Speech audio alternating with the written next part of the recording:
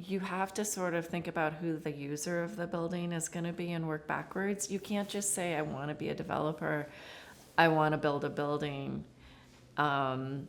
Because at the end of the day, everything flows backward from who's the tenant going to be, what are they going to, you don't always know who your tenant's going to be, but you need to have an idea of who they might be, what kind of rent they're going to be able to pay, and work back from there and build your pro forma and your design around that. And so, again, that's something that I kind of learned after kind of doing a couple projects where, I had a design idea of what I wanted to do, but wasn't thinking enough about who the ultimate end user was going to be. I guess the other thing is,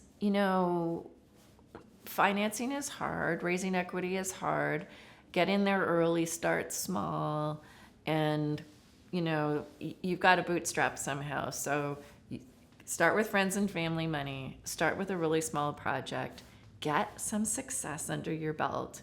When you have a completed, tenanted project, then you can figure out, okay, how can I refile a little more money out of this and go to the next one?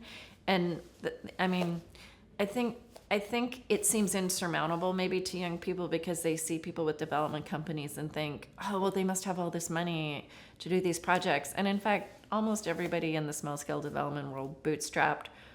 They started with one building, right? And they figured out how to renovate it or build it and tenant it. And then they figured out how to, again, sort of pull some liquidity out of the first project in order to build the second one. And for sure, it requires being brave about asking friends and family for money.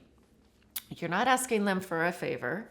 Well, maybe on your very first project, you're kind of asking them for a favor, but you're also giving them an opportunity.